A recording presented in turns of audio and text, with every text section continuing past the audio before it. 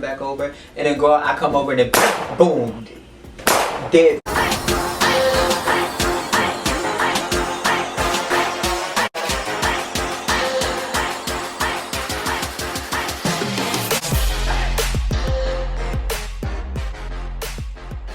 Welcome back, babes. So today I have a story time. This one is pretty much about the time my sugar daddy didn't know I was trans.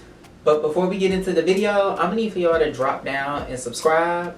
Y'all subscribe? Okay, let's get into the story. So this story takes place around July of last year, of like 2019. So around this time, I was doing Uber Eats. Like, I had just started doing Uber Eats to make a little extra coin to finance this whole makeup addiction that I was having. Well, it was bad. So your girl was making a cute little coin. So my best friend at the time was riding around with me because, like, if you know me, I hate driving alone. Like, I hate being in the car by myself. Like, I need another person to talk to, my dog or something, or somebody gonna have to be on the phone. So yeah, my best friend was riding around with me at this time. So I chose to do my Uber Eats that day up in Ashford Dunwoody because, girl, it was popping up there, and that's where the rich folk live. And, you know, they be tipping, they give you cute little coins. Cause, like, yeah, back in Atlanta, that's like a real bougie city, you know, the upper echelon of the Caucasians. Girl, they love to live there with the big houses and the housewives. And I live for it. So I'm doing the deliveries and I get a request, and sometimes it shows, well, not sometimes, all the time, it shows like how much you'll make, and it had a cute little coin added to it, to the delivery. So I was like, okay, let me do this. So I go ahead and accept that delivery, and so we head to the location. And yo, when I tell you, we get to the location and we pull up, and girl, the parking lot is full of foreigns and badass cars, like badass cars. So like, I parked my car, girl, which took for fucking ever, and I parked my car and I just go inside, and it's like this cute little bougie like bar slash steakhouse type deal. So I go in and I go to the bar to pick up the food, because that's where they tell you to pick it up, and I'm over here looking stupid because, girl, I was sticking out like a sore thumb. Like, these people in here was dressed to the nine, and girl, I think I had on sweatpants and a hoodie with some Timbs on. So I was not giving that day, and girl probably had no makeup on, hair in a bun. Girl was not giving it to the girls, not that day. So eventually they come, they bring the food, and I put it in the car. So I get in the car, put the food in, blah, blah, blah. And like, so y'all, I'm nosy. So like, because the restaurant was bougie and I saw them cars and the type of people that was there, I chose to look at the ticket on this little meal, you know, because I'm nosy. I wanted to see what people be spending. And like, for this bag, their total was over $200. And I'm like, and what kind of steakhouse is this? Because this bag don't look like it got enough food for 3-4 people to be no $200. This is like a meal for one. But girl, it's whatever. So we go ahead and head to the drop-off location, and it's like 20 minutes away. So I already gotta drive, you know. So like, we do the little drive and we get on the highway. We get like 5 minutes away. And, like, the navigation starts taking us through like these back roads, and like, this road is full of like big ass, pretty ass houses with the big ass gates in the front.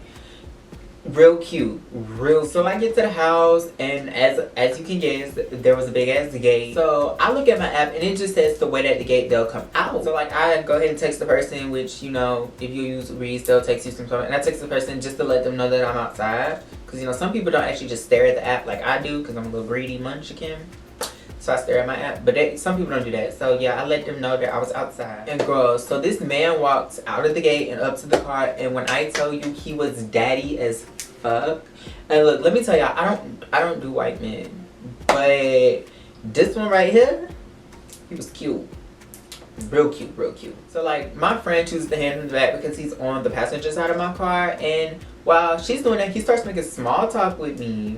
Like, he's looking through the window, making small talk. And like, he is OD flirting. And it's like that corny white dude flirting. So I'm laughing. It was mad fucking funny. Like, it was funny as hell. And like, so that goes on for maybe 5-10 minutes. And eventually he's like, okay, he gonna leave. And I make it known that I need to go. Cause girl, I got some more deliveries to make. I'm trying to make a coin and you ain't doing that. But before he leaves, he leans in and hands me a business card. He's like, call me when you get home, beautiful. And I'm like, Girl, I was shook.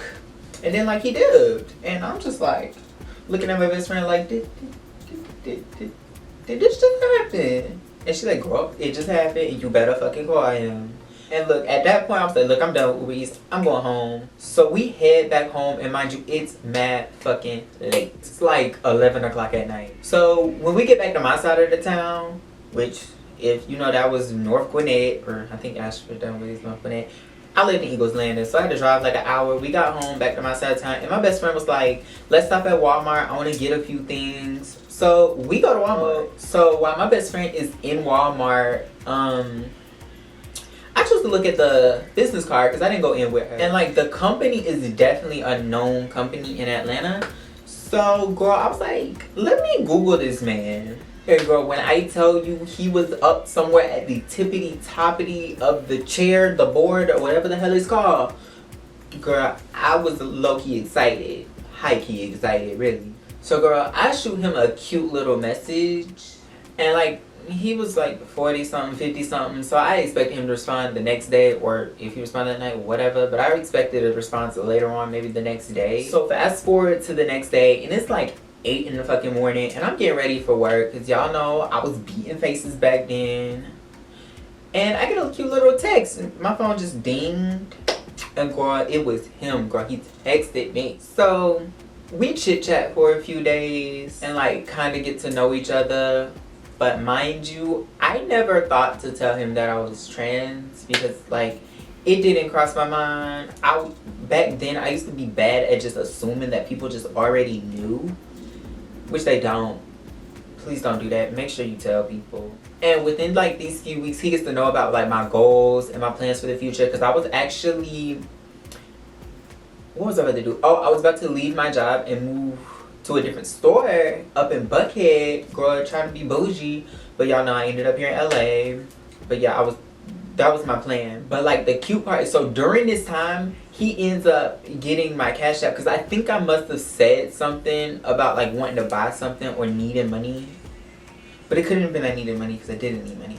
Or did I? I don't know how he ended up with my Cash App. And he started sending me a cute little coin. Girl, this man was financing my cosmetic dreams, bitch. He was giving me rags. And that's another way, girl, saved half of that money to move my ass out here. So he eventually asked me to come back out and go on a date with him. And girl, I was like, okay, that's cute, let's do it. You spend it on a bitch, so the least I can do is go on a date with you. So while I was editing, I just noticed that my camera stopped recording and I missed an entire part. But so what I was supposed to say is, so we went out for sushi. This is the meal because girl, it was mad fucking bougie. And then after dinner or the day, we chose to go back to his place. And girl, when I say that place was bad as fuck, girl, when I say mansion, bitch, I mean mansion. And girl, there were cars, multiples. And so while we chilling, he like got like mad touchy and real feely, and girl, you know, he was feeling around on your girl. And then like he randomly just like paused and like stopped, and like I knew something freaked him out. But girl, I'm still trying to figure out exactly what gave it away. And I was like, what's good? Like, what's tea? Like, why you getting weird? Okay, so back to the schedule programming. So yeah, I'm like, girl, what's tea? And he like, yeah, I'm good. But then like right after that, he made up an excuse for like why he was gonna have to go, or like, I'm gonna have to go ahead, like you have to go ahead and dip for the night. I gotta be to work early in the AM. I got stuff. And he just made an excuse for me to get the hell out, pretty much. He kicked your bitch out. That's pretty much what he did. No lie. And it was like, okay. So I'm like, whatever. And I didn't say it like that. I said it a lot nicer, but that's how I was thinking. So, girl, I go home, and by the time I get home, I get a message, and I look at it, and he pretty much was, and it was him. He texted me. He was pretty much like, I didn't know you was a dude. Why you didn't tell me? And my dumb ass was like, I'm not a dude. I'm trans. Like, but I knew what he meant. But, you know, I got a little smart mouth. I'm still young, you know. Gotta work on it. And girl, he flipped his shit. So I hang up because don't nobody got time to be getting yelled at by no grown ass nigga that ain't my parent. And my parents don't even yell at me, so, and you ain't my man, so pipe down.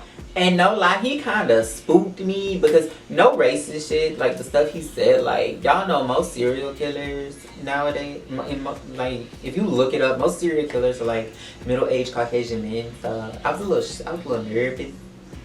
Because, you know, we live in Georgia. There's a lot of places to hide a body, I feel like. And, like, I don't want to be that body that gets like, y'all. My SD card was full, so my camera shut off. I had to get her to. So, yeah, that was my sugar daddy didn't know I was trans. And, like, I literally could have died. Like, he could have took your bitch out. Like, he could have just been like, hey, it's good. Hold up.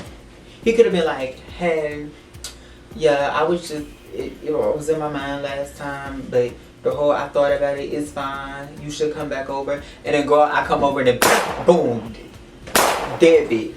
Like Miss Brooke got a head chopped off, got a gun to my head or something. Ain't have to. Miss Brooklyn don't want to be another on the news, girl. I don't want to be on the news. But if you like this video, you just like me and you vibe with me, we vibing, right? We vibe. Just go ahead and go ahead. That's a lot of go aheads. One more. Go ahead and like and comment on this video. Make sure you subscribe and join this family. Because, girl, we are slowly growing. But, girl, I see y'all. And I will see you all in my next video. Bye.